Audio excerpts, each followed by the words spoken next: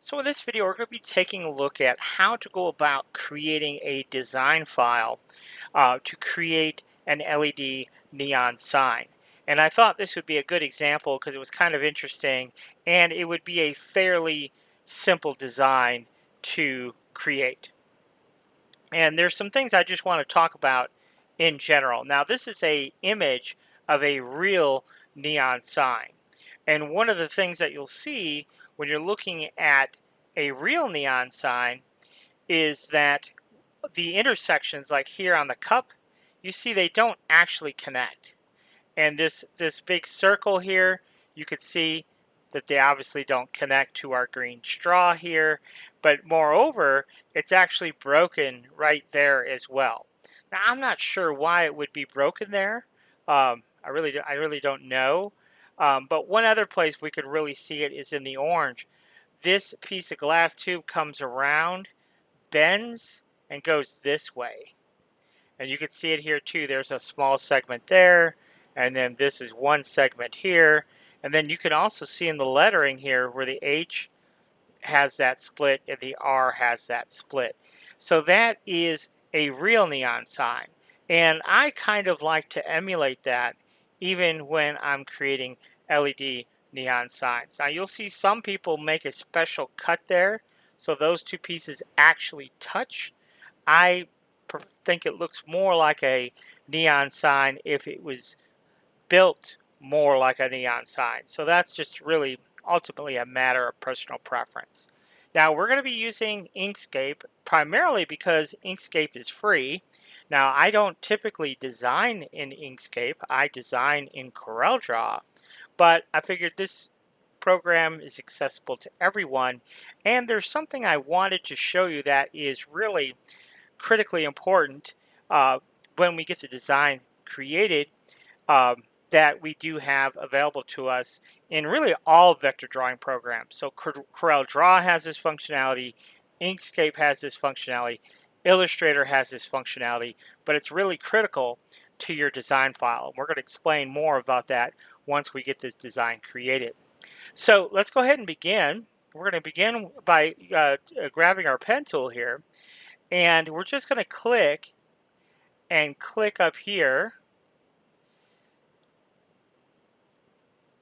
We are going to make that little curve there. Okay, and so now we have this piece. Now obviously the stroke is too wide there, so we'll come over here to our stroke style, and let's give it, for right now, let's just go ahead and give it 1 millimeter, see what that looks like. Okay, I think that'll be fine. So for right now, we'll just give it 1 millimeter. Okay, and I will click on this image. Let's go back over to the layers, and you can actually lock it. So we could see it, but we can't actually manipulate it. And I think that could be helpful. So we don't want no fill, so we select our shape here and just left click on this, and then we have no fill. If we wanted to change the stroke color, you can do that by adding the shift key. And then boom, now we got the stroke color. Okay. Now if we want to jump ahead of ourselves here a little bit, you see I created that as a straight line segment. We can come up here to the node tool and we could just click right there and drag and actually create that little bend. So it's really simple to edit your file once we get there. So with our pen tool here, let's go back to our pen tool. Let's just go ahead and create straight line segments for right now. So just go ahead and create these. See, pretty straightforward stuff, right? So now let's go ahead and grab our selection tool and holding the shift key down, these are going to be what? These are going to be white. So shift and click, and that changes those to white. Then we'll grab our node tool here, and then we can click and drag. If we touch a node, then we get some additional control handles, which can be useful because we want the ice to be a little pointy.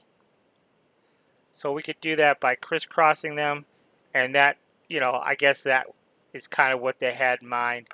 to kind of simulate the ice there.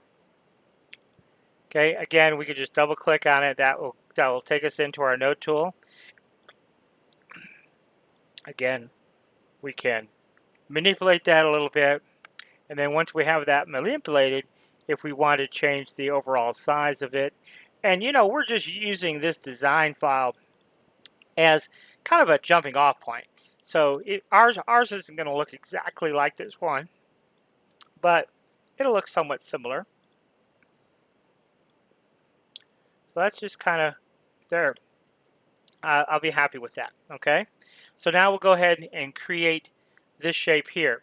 And I'm kind of showing you just a very, this is assuming you have absolutely no knowledge in Inkscape at all. So I'm going to show you a very, very simple way of creating these shapes. So what we're going to do is just kind of visualize this. Where does it start? And where is the starting point of the next curve? So you can see there, I'm going to say it's right there. I'm going to say it's right there. I'm going to say it's right here, and right here. When we're defining shapes, really less is more here. So we're going to go ahead and I think for the outline, we're going to go ahead and say that that is orange. I think we're going to go ahead and go with orange. I really don't know if we're going to go with an orange cup. I think we are. But obviously you could change the color, at any point later on. But we'll just go with orange for right now. But you see how we're able to define that shape with just those two nodes, and we're able to define that shape. And we're just clicking and dragging. When I don't have nothing selected, to move into that node tool, just double click on the line. And that'll automatically take me into the node tool, so we don't have to come over here and grab it. So you see? Now, if we're not happy with that, obviously we're not, then we click on the node, and then we get our little control handles, and we can really go to town, pulling them in, pulling them out, and, really make it perfect. Now, another thing I like to do is if I'm not happy with how smooth that is, sometimes what I'll do is I'll just double click and create a node on the back side, and then just come in here and delete that one, and that the software sort of automatically smoothed that out for me a little bit. And I think this is the way we would probably really create this file. I might go a little bit more space there, bring this over a little bit. I think I try to keep my spacing the same on either side. I'm real OCD that way. It would drive me crazy. So I'm sometimes I really nitpick designs. Another thing I saw that I did not like was the fact that this orange has a gap there, but doesn't down here. I kind of understand why they did it that way. For symmetry purposes, I don't think I would, but hey, that's just me. So I will go ahead and bring a guideline down, because what I would like to see is I would like to see this side ending the same as on that side. Again, that's just a minor little thing. So we'll come down here.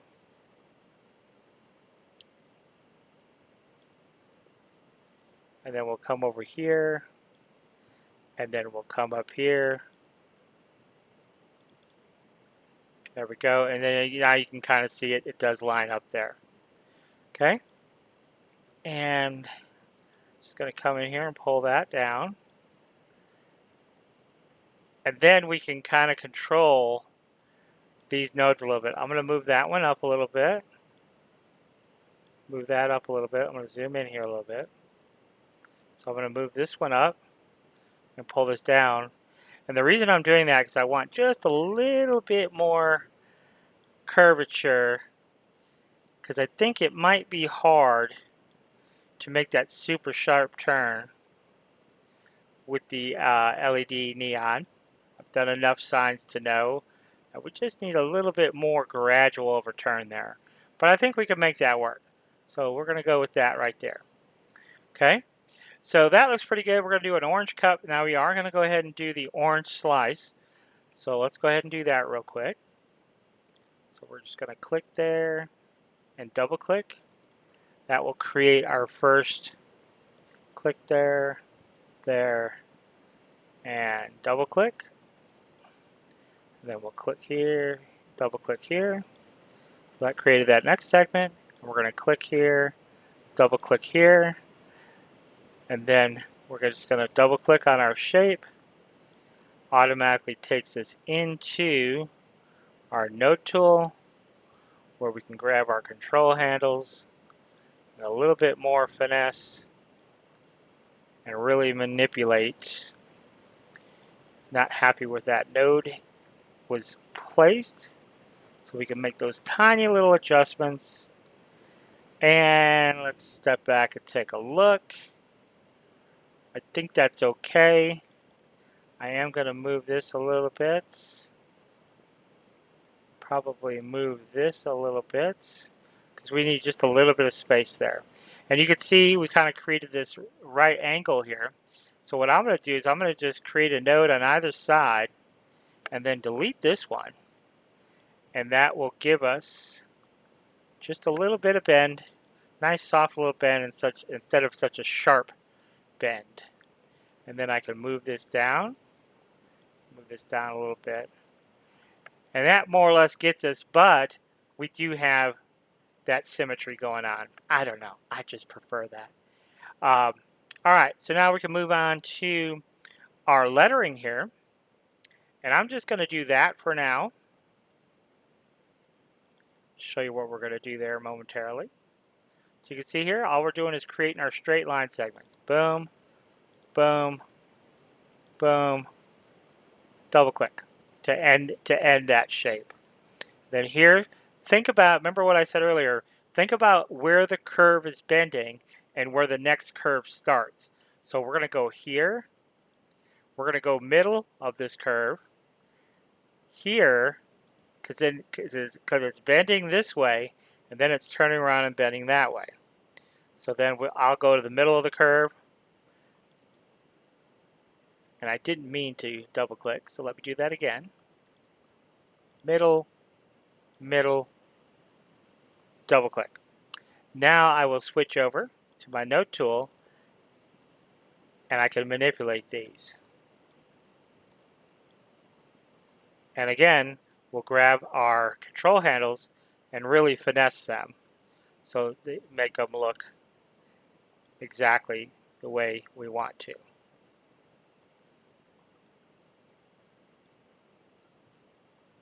There is a function up here that, see, it says make selected node auto smooth. So we could select all of those nodes, maybe not this one, and then auto smooth them. Sometimes it gives us good results, sometimes it doesn't.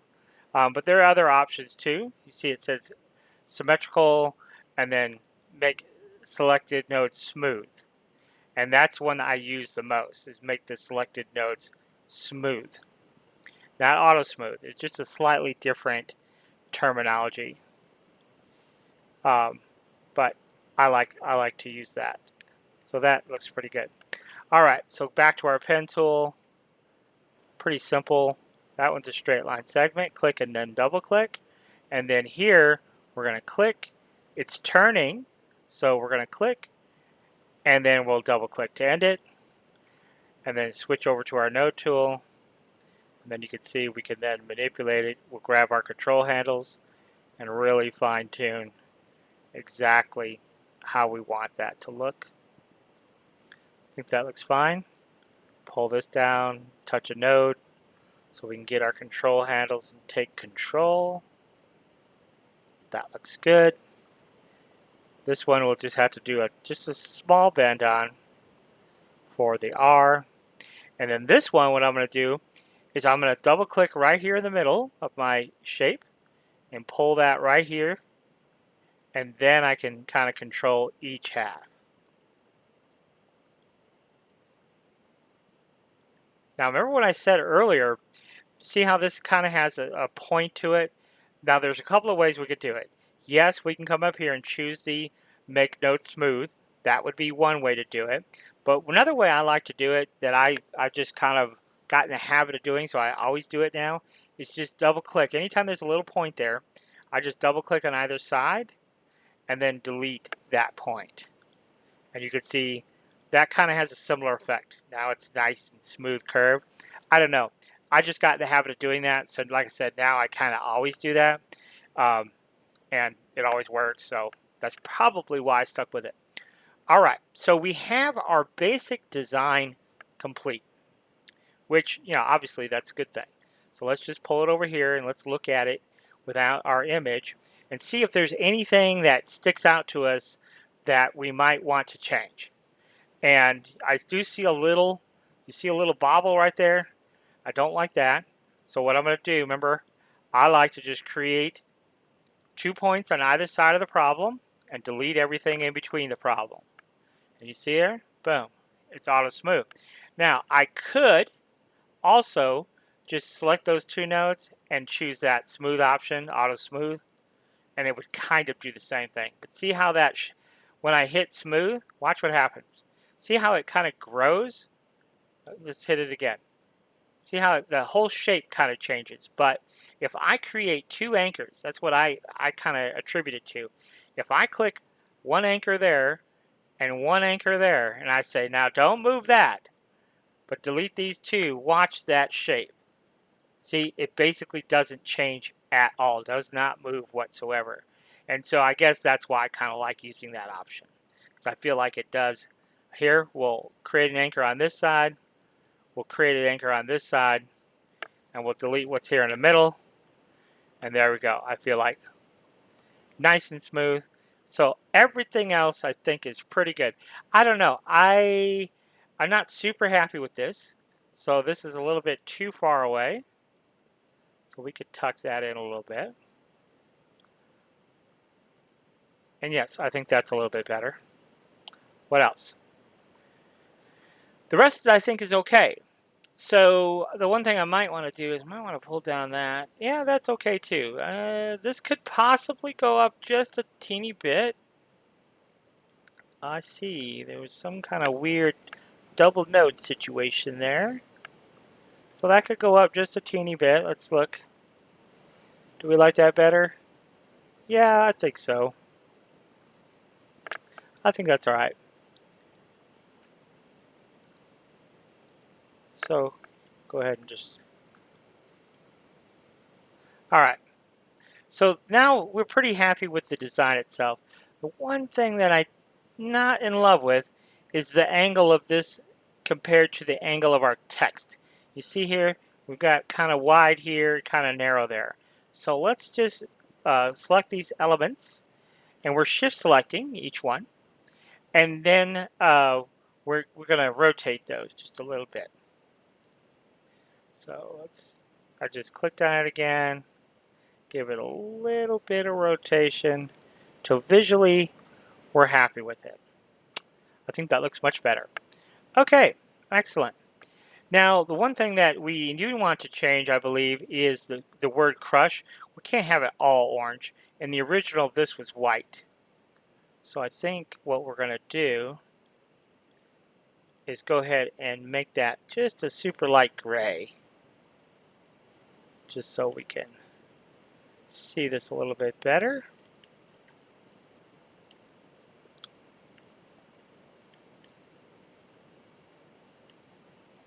There we go. I think that's better. Looks like we still have a fill color attached, so let's get rid of that. So no fill. There we go.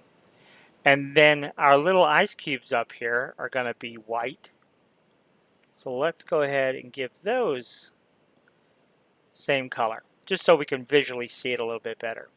All right, so now we basically have our design complete the way we want it. And this is going to look great if we had a restaurant, something like that, food truck maybe, whatever, right? So what we want to do now is define the overall size of the design. So you can see right now it's currently 5 by 5, or excuse me, it is 5 by 1, I guess. So it's not very wide. So overall height let's say I want it to be, I don't know, I usually will make my sides about 20 inches. So let's see what would happen if we made this 20 inches. Okay, so let me zoom out a little bit here. Bring this back into play here. So for the height here, let's go 20. Okay, so now we have it 20 inches. Okay, excellent. That's what we wanted. So it's 20 inches high, and that makes it about 11, 12 inches wide. Okay, so far so good. But now what we need to do is we need to go a little bit deeper because we just kind of made this design a bit willy-nilly. Um, so what we need to do is we need to be able to set each one of these segments to a specific number of LED segments. So on an LED strip, there are cut marks where you can cut. If you cut anywhere other than the cut marks, so if I cut right in the middle, well, if I did dead center, like on the LED strips we sell, the most common one are the ones that have an inch between each cut segment. It's actually 2.5 centimeters, so it's just shy of an inch. But if we cut dead center of the line segment, we'll cut right through the middle LED. There's 3 LEDs per segment. So if we cut right dead center, then we're going to cut right through the middle LED. But if we cut just a little off center, then we're going to cut either the left or the right LED. And when we do that, it kills all other LEDs in the segment. So, so that's why you have to cut on the line. But if you cut on the line and you don't take the time to edit your design properly, then what you're going to wind up with is you're going to want to wind up with big gaps where you don't want them. So we have gaps set right here and here. But if we don't cut our strip right, this little 1/8 or 1/4 inch gap could become a 1/2 or 3/4 inch real quick because we don't have the proper number of segments. So let me just show you how we would handle this situation. So we're going to start right here with this segment. How do we determine how long that is? Well, there's a function here in Inkscape that will tell us that. So if we come up here to extensions and we come out here to visualize path, and we're going to choose to measure this path.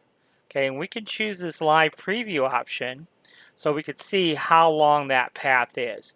Now I'm going to switch. I would like my path dimensions to be in inches. Okay, so it does take just a second, and you can see that this says it's 5.25 inches. So let me show you how to do the math. So the first thing to do is to figure out what the dimension is. And so if I'm an Inkscape user, let me just go ahead and choose apply here real quick. So if I'm an Inkscape user, what I would first do, actually let's close that out. So let's go ahead and delete this. I'm going to back up here. I'm going to select everything, and then I'm going to go into visualize path, measure path.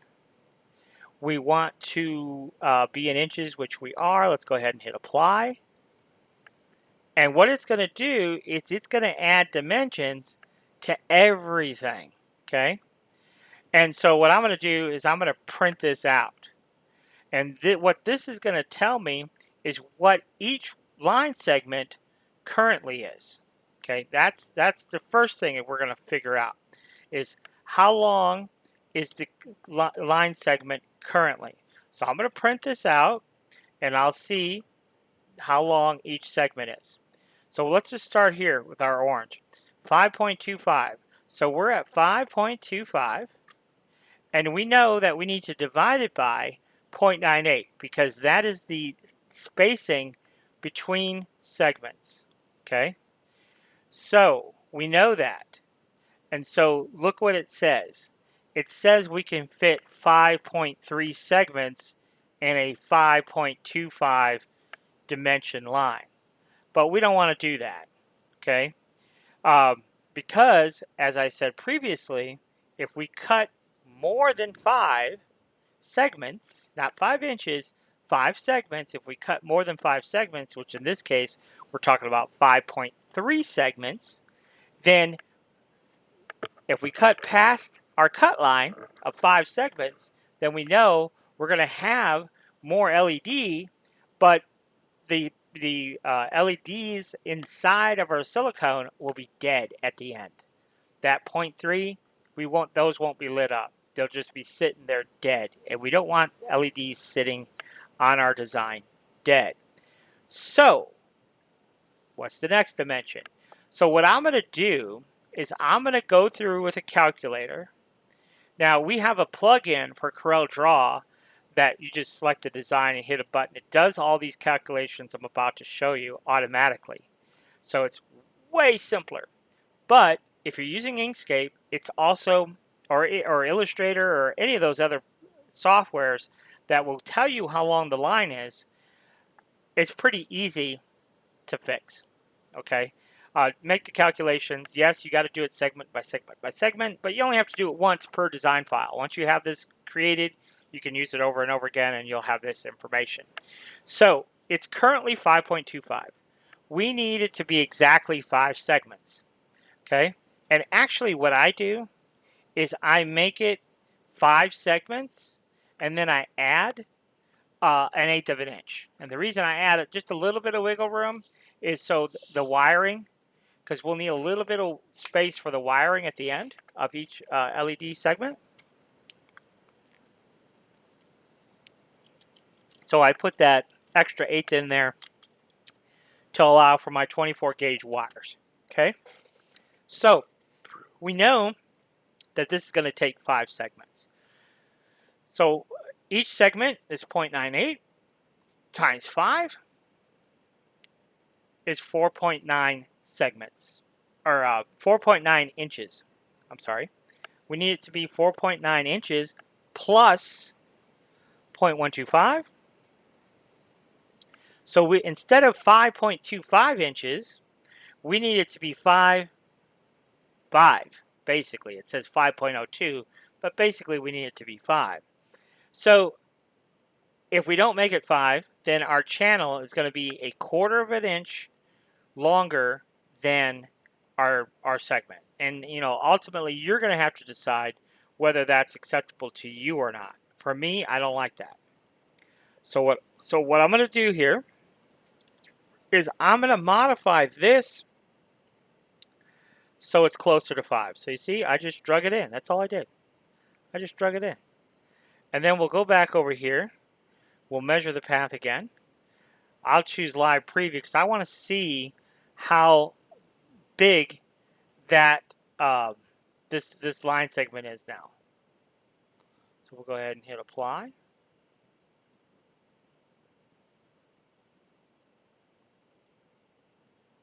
sure why it's doing that. Let's zoom out here a little bit.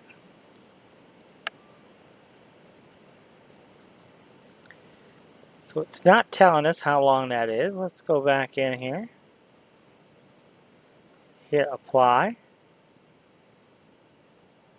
There we go.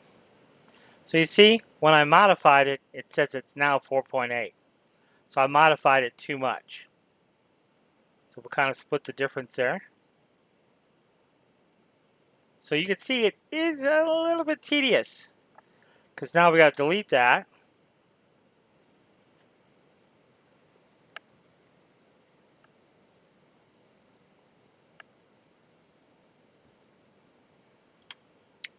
And then remeasure.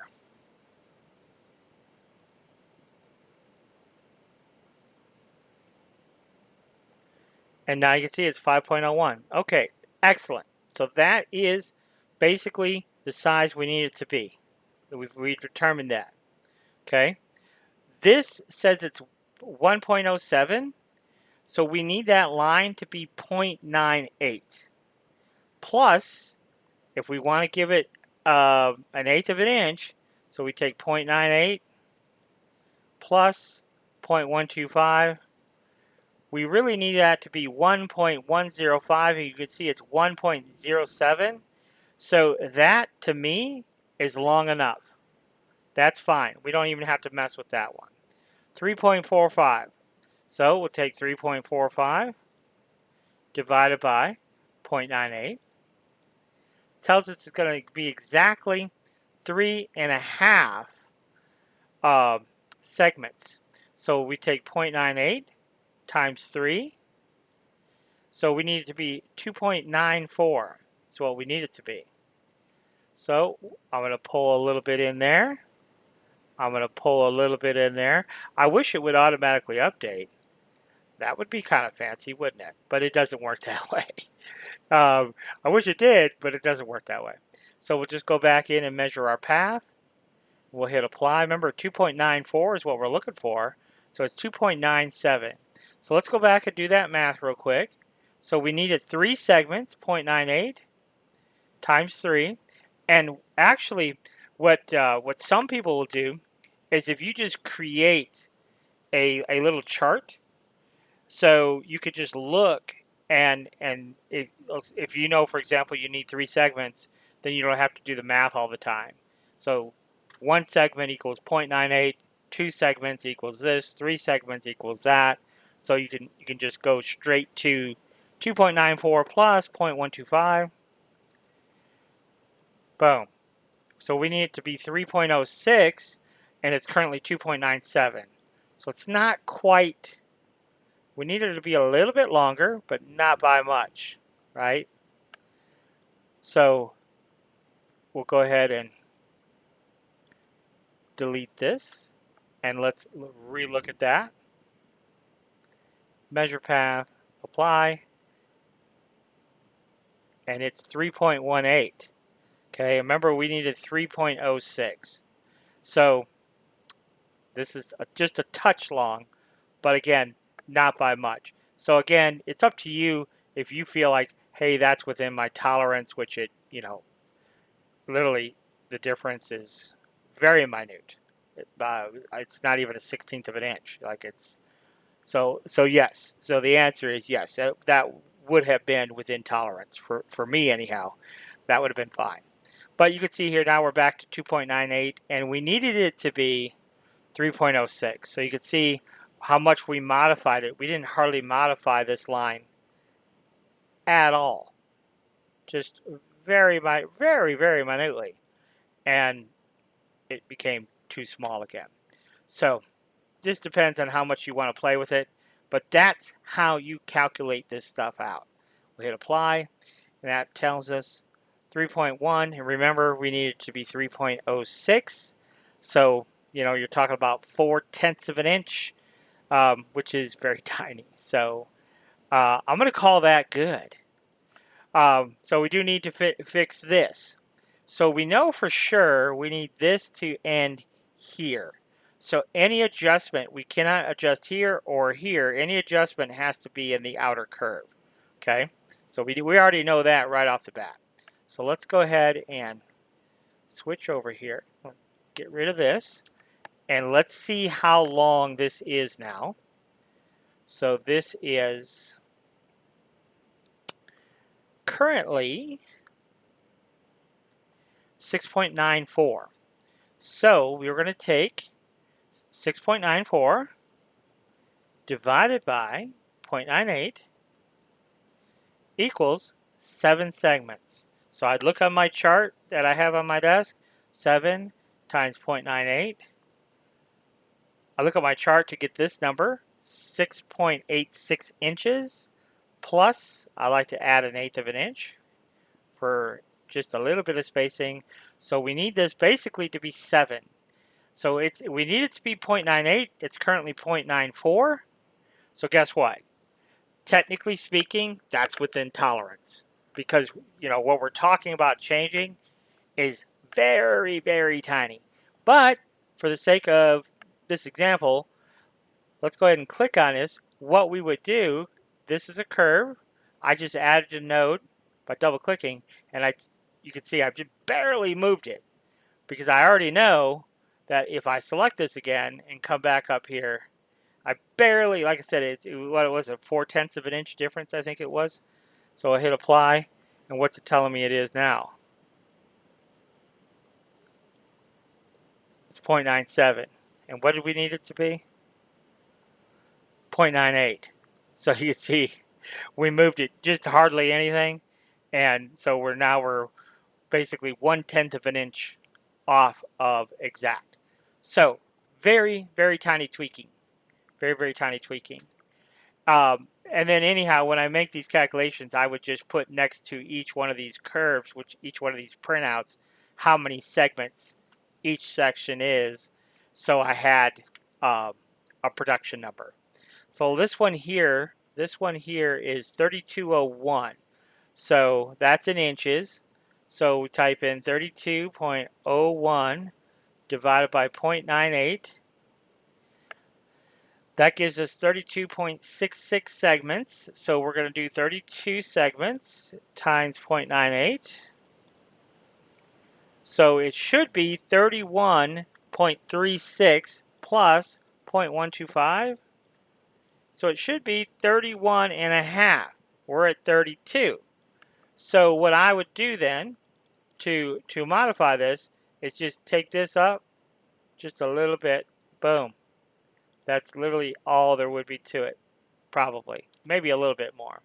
But anyhow, that's where I would make my adjustment. So we'll go back in here to measure path. Go ahead and click on apply. Again, we're looking for 31 and a half. We're at 31.47. So we adjusted it just a pinch. Just a pinch too much. So we could just select both of those again. Zoom way inside here. And look, we're just going to pull it down. Hardly anything. Okay. And then let's go ahead and measure it again. Measure path. Apply. Look at there, 31.54. Boom, we're within tolerance. 4/10 of an inch bigger than what we really need. That's absolutely going to work just fine. So you would just go through that and finish each one of those segments, and then boom, you have your production sheet. And we also have the cut file to send to the CNC. Now the only other thing really here that I forgot to do, is I think I forgot to, let's go ahead and get rid of all these text pieces. I think I accidentally forgot to change the thickness of my stroke, and that's really important. So once we had it sized the way we needed it, we have to change our stroke thickness. Very, very important. So we're going to go 6 because we're using 6mm LED rope, millimeters. So we're going to go to millimeters here, and then we're going to do 6. And the reason that we want to visually represent 6 is because you can clearly see the spacing now that we have in between here. So we should have tightened that up before we started, really editing our design. So see here how far apart that is, and obviously we wouldn't want that in our design file. So so we would want to make those changes. So for example, we could just move this in closer. We would move this in closer, and then we would determine, well, is our spacing, you can see now our spacing between our lettering is off a little bit, so we'll nudge this one over like so, and then we'll take this one and nudge it over a little bit. Stand back, take a look at it. I think this U could go over a little bit now. Just, kind of just touching it up a little bit. So this and this and this, we'll grab our shape tool here and we'll move that a little bit closer. And then this piece here could definitely be moved closer. And then our line here, that could just come up closer to that. Same thing over here. About like so. That's more or less in line. more or less I say, but maybe that's a little bit closer to this side. I think that looks fine. And then, yes, I would move this in a little bit. I would move this in a little bit. Then I would go through and make those final small tweaks for the various line segments to have each line segment map out correctly for the segments of our LEDs. So I hope that made some sense to you. I hope you find that useful. Um, and like I said, if you're doing CorelDRAW, it's much easier with the neon sign helper, that the macro that we created. But if you're not using CorelDRAW and you're using Inkscape or Illustrator, then that would be the process to calculate what the proper channel length is. Now, one thing to keep in mind, though, just real quick, one thing to keep in mind, if we go to View and we go to the outline view, notice what we see. We just see a single straight line segment, okay? When we're going to cut our channel on the CNC machine, we want to set the width of our channel to be 4.9. Okay, that's the width that you want to use for our LEDs. And I say that's the width you want to use. It is, but there's two different types of LEDs. One is the all-in-one strip, and that is the most least expensive option. It works fantastic. It works really good, um, and it's very easy to use, very flexible, and that neon takes 4.9 millimeters. We also sell a two-part neon where the LED light is separate from the diffuser.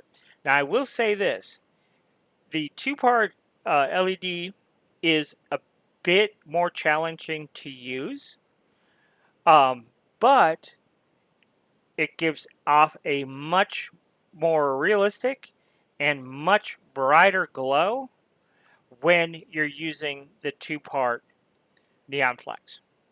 So it's more expensive, but it's also a more premium product, and ultimately your sign will be a more premium product. Now the sign's going to look great even if you use the lesser expensive option. It's going to be a little less tedious also to make the sign, but like I say, the premium results where the sign is bright, like almost blinding bright, and looks more like a traditional neon sign. To me, it gives that because it's glowing that much more. It really does glow quite significantly. It's difficult to show like in a video, but in person, wow, it's quite striking. But like I say, it's a more premium product. It's more expensive, and it is more cumbersome to use, I think. It has, both products have their kind of pluses and minuses. But so you're either going to use the 4.9 millimeter or 7 millimeter. Those are your two groove sizes when you're using the two different products. So just kind of keep that in mind. Um, but so what we want to do here, so we've set our outlines to 4.9 millimeter, but this is not ready to go to the CNC machine. So we're going to come up here to path, and then we're going to choose this stroke to path option, right? And then when we do that, now we have our 4.9 millimeter channels that we can export out as an SVG, and we can set up in our CNC software to route out these channels the proper width. All right, so that's it. That is how you go about creating an LED sign layout, but then also going through the process with each segment and just fine-tuning it a little bit so the channel matches up with our segment lengths on the LED itself. Thanks for watching.